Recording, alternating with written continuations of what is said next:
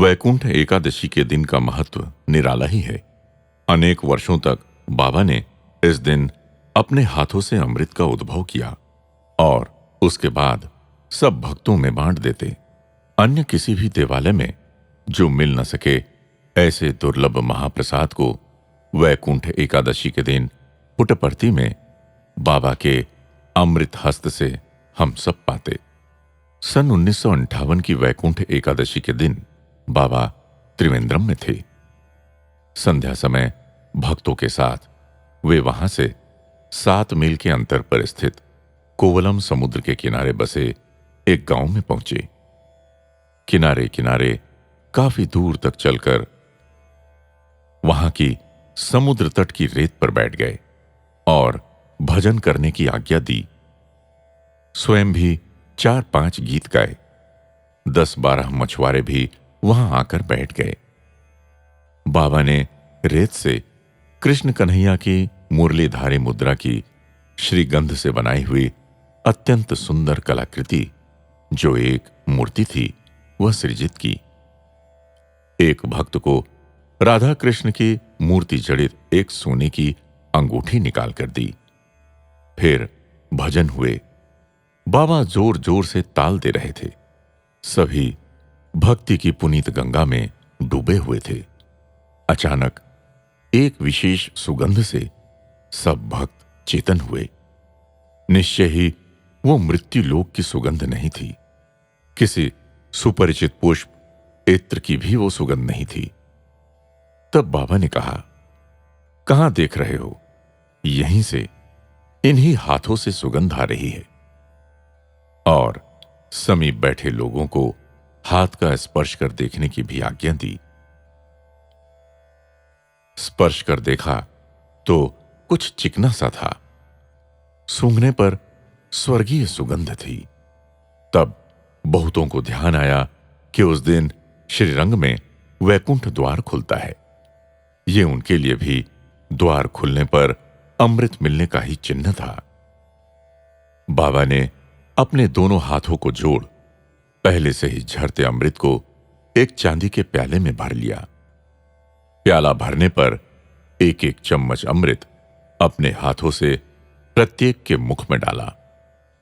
भगवान नाम संकीर्तन सुनने के कौतूहल से आए उन मछुआरों को भी उस अमृत की प्राप्ति हुई। उस अमृत का स्वाद अवर्णनीय था।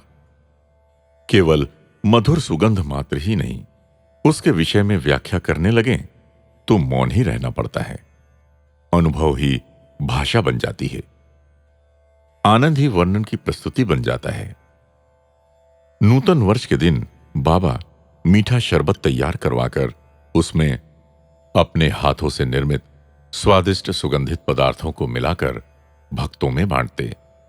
मकर संक्रांति के दिन प्रशांति निलयम की गायों का श्रृंगार कर उनको रेशमी वस्त्रों से सुसज्जित कर ढोल बाजे आदि वाद्यों के साथ जुलूस निकलवाते।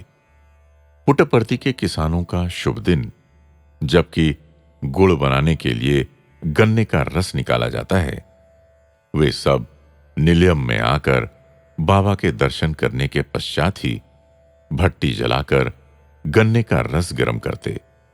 भक्तों के बच्चों के नामकरण, अक्षराभ्यास, उपनयन आदि मंगल संस्कारों के दिन बाबा स्वयं वहां जाकर आशीर्वाद देते। प्रार्थना मंदिर के पूर्व की ओर स्थित मंडप में प्रवचन, संगीत, कवि सम्मेलन आदि आयोजनों के लिए व्यवस्था की जाती।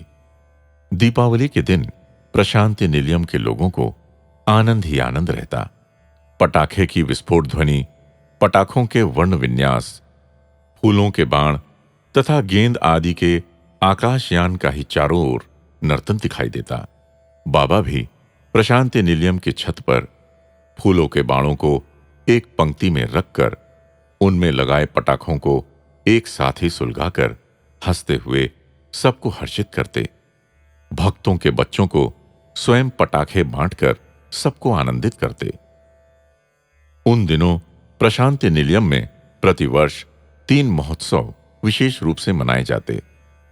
नवरात्र, महाशिवरात्रि और बाबा का जन्म दिवस। तिथि और नक्षत्रों की गणना कर भिन्न भिन्न संवत्सर में भिन्न भिन्न तारीख के दिन पंचांग रीति के अनुसार बाबा का जन्मदिवस मनाने में भक्तों को कठिनाई होगी। इस कारण प्रतिवर्ष नवंबर की 23 तारीख को ही जन्म उत्सव मनाया जाता है। नवरात्र का उत्सव अत्यंत वैभवपूर्वक बाबा के सानिध्य में ही मनाया जाता। उन दिनों में प्रतिदिन प्रातः संध्या दोनों समय भजन पूजा आदि होते। दिन के समय पुष्पों से अलंकृत एक फूलों का वाहन जैसा बनाया जाता। वह पालकी में बाबा का जुलूस निकलता। विजयादशमी के दिन राम पूजा यथाविधि की जाती। कुछ ही वर्षों में इस उत्सव ने आदि शक्ति की आराधना का रूप ले लिया और बाबा ही आदि शक्ति हैं, ये तत्व भक्तों ने भली प्रकार समझ लिया।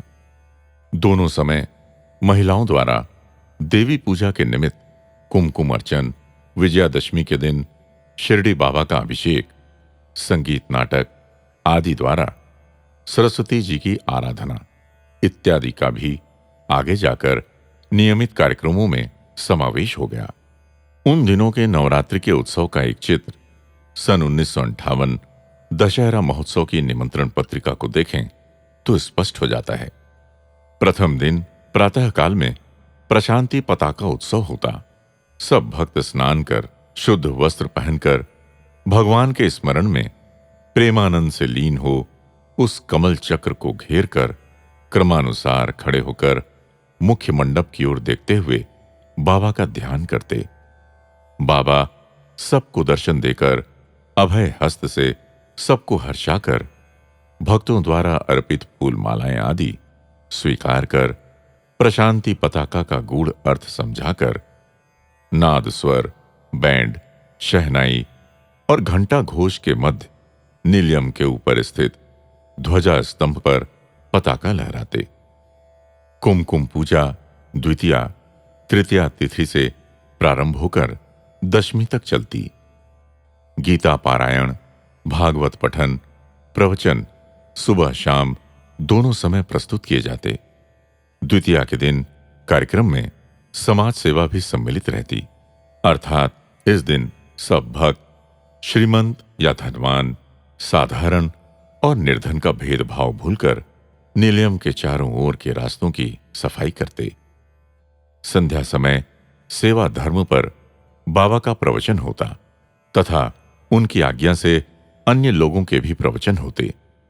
तृतीया का दिन बच्चों के लिए सुरक्षित होता। दिन भर लिखाई पढ़ाई, खेल, नाटक, नृत्य, भजन आदि का आयोजन होता। समीप के 4-5 ग्रामों से भी नन्हे नन्हे बच्चों सहित पंडरी भजन के झुंड प्रशांति निलयम में आकर झूमकर नृत्य करते। शाला के बच्चे, एनसीसी दल अपने अपने शारीरिक चमत्कार, पंजू नृत्य, बैंड आदि द्वारा बाबा को अपनी भेंट अर्पित करते। संध्या समय बच्चे अपनी माता के समान बाबा के सम्मुख भजन, कीर्तन, नृत्य, नाटक आदि प्रस्तुत करते। इन सब नन्हे मुन्ने बच्चों को अति प्रेम से प्रोत्साहन देकर उनकी त्रुटियों को सुधार कर उनके मंच पर आने के भय का निवारण करते।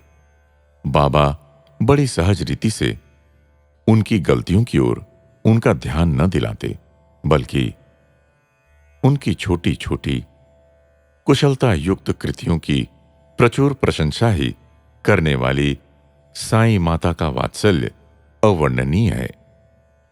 अंत में रंगमंच पर प्रस्तुत हुए प्रत्येक बच्चे को उसकी उम्र, बुद्धि के अनुसार अपने हाथों से पारितोषिक प्रदान कर बाबा उन्हें आशीर्वाद देते। मां बच्चों के उस प्रेम पूर्ण मिलन को देख हम सब बड़े क्यों हो गए, ये मीठा अफसोस सब बड़ों के मन में उठ जाता। चतुर्थी के दिन कवि सम्मेलन होता। संस्कृत, तेलुगु, तमिल, कन्नड़, अंग्रेजी आदि भाषाओं में भक्तों द्वारा रचित कविताओं तथा गीतों को बाबा के समक्ष अर्पण करने का समारोह। उन सबको बाबा अपने अमोघ अनुग्रह सहित प्रसाद रूप में पारितोषिक प्रदान कर संतुष्ट करते। कविम कविनाम बने बाबा के समक्ष उन्हीं की देन अपनी प्रतिभा का प्रदर्शन करने का सुअवसर पाने वाले सब धन्य ही हैं। नवरात्र उत्सव के संदर्भ में 2-3 दिन संध्या समय बाबा भक्तों को संबोधित कर भाषण देते। इस प्रकार पाए ज्ञान धन को लेकर भक्त स्वग्राम लौटकर उनका मनन कर उनके अनुसार ही अपनी नित्य जीवनचर्या उन्नत पथ पर ले जाने में समर्थ होते। अनेक सरल, उद्देश्यपूर्ण एवं सुलभ युक्तियों को वे बांटते। षष्ठी और अष्टमी को मीरा भजन तथा वृंदावन भजन आदि के कार्यक्रम उन्हीं संप्रदायों के प्रतिनिधियों द्वारा चलते। इस नाम संकीर्तन के अमृत का रसास्वादन प्राप्त की हुई जिह्वा कोई युक्ति, निंदा व छल रूपी गंदे जल को चख ही नहीं सकती। सप्तमी के दिन अन्न संतर्पण होता। उस दिन प्रशांति निलयम विशेष आनंद उत्सव व उत्साह से शोभायमान होता। 4-5 हजार लोगों को पवित्र भोजन प्राप्त होता। तत्पश्चात 1,000 से अधिक निर्धन तथा असहायों को बाबा के दिव्य हस्त द्वारा ही वस्त्रादि का दान होता। बाबा के ही निर्णय से किसी को धोती तो किसी को साड़ी दी जाती। उन सबको अलग अलग बैठाकर प्रत्येक को नाम से बुलाकर दान देकर संभाषण भी कर हर्षित किया जाता। मैसूर से आए एक इंजीनियर ने एक बार बाबा से प्रश्न कर ही लिया, ऐसे वैभवशाली अन्नदान, वस्त्रदान आदि को पत्रिकाओं में क्यों प्रकाशित नहीं करवाते? उनको बाबा ने बड़ा गहरा उत्तर दिया कि आपका प्रश्न तो बहुत ही अच्छा है। अपना परिवार अपने घर आकर भोजन करे तो पत्रों में ये समाचार क्यों छापा जाए? ये उत्तर सुनकर ये बाबा अन्य बाबाओं की तरह नहीं है, वरन सब स्वामियों की बुद्धि ठीक करने आए हुए प्रभु हैं। ये तथ्य सबने जान लिया। अन्न संतर्पण के दिन बाबा अत्यंत उत्साहपूर्ण दिखते। एक जगह खड़े न रहकर वे उस दिन सबको अनवरत कार्य करते रहने की प्रेरणा देते। रसोई की देखभाल वे स्वयं करते। खाने के लिए लोगों को पंगत में बैठाकर स्वयं ही प्रत्येक पत्तल पर मीठी बूंदी परोसते। अपनी औषधि रूपी वाणी, दृष्टि के प्रकाश एवं कर कृपा को भी बाबा उस दिन मीठी बूंदी के साथ ही यथेष्ट रीति से परोसते। उस दिन बाबा भक्तों को समझाते, निर्धन जैसी शोचनीय स्थिति एवं रोग आदि से पीड़ा का मुख्य कारण अज्ञान ही है और आत्मज्ञान ही उनकी चिकित्सा है। दीन दलितों का समूह देखकर वे उसे सृष्टि की विविधता मात्र ही मानते। ऐसे लोगों को बाबा भोले, बुद्धि रहित तथा उचित मार्गदर्शन के अभाव से ग्रसित मानते। श्री कस्तूरी जी लिखते हैं कि मुझे भली भांति स्मरण है, एक बार प्रशांति निलयम के सामने बांधे गए सब तोरण आदि बारिश में भीगकर तथा फटकर कांतिहीन हो गए थे। उसे देखकर बाबा ने हम सबको रात के 10 बजे बुलाकर भिन्न भिन्न वर्ण के कागजों से नए तोरण तैयार कर प्रशांति निलयम को अलंकृत करने की आज्ञा दी। हम में से 1-2 व्यक्तियों ने नाक भौं सिकोड़कर पूछा, कल क्या विशेष बात है स्वामी? गरीबों को अन्न ही तो प्रदान करना है। बाबा ने तुरंत ही कुछ क्रोधित दिखाई देते हुए कहा, इससे अधिक विशेष और क्या चाहते हो? कल उनके इधर आने के समय प्रशांति निलयम शोभायमान रहना चाहिए। कहकर बाबा ने हम सब के अंतर में स्थित संशय व मलिनता को धो डाला। बाकी दिनों में संगीत के समारोह होते। गायन, क्लेरियोनेट वादन, नाद स्वर गान आदि होते। बाबा के स्वयं कर्णप्रिय गीतों के गायक होने के कारण सब अपनी अपनी कला कुशलता की परीक्षा देने को उत्साहित व आतुर रहते। विजयादशमी के दिन विशेष प्रकार के अभिषेक, पूजा आदि होते। पूरे 9 दिन महिलाएं विनय, विश्वास युक्त पूजा कर अर्चित किए हुए कुमकुम एवं अपने अंतरंग में पल्लवित भक्ति के पुष्पों को उस दिन बाबा से स्वीकृत कराकर बाबा के ही हाथों शिरडी बाबा की मूर्ति का अभिषेक करवाती। प्रेम मात्र से सबका पालन कर सत्य साईं बाबा नवरात्रि उत्सव को माता के उत्सव के रूप में ही परिवर्तित कर देते। जय साईं राम।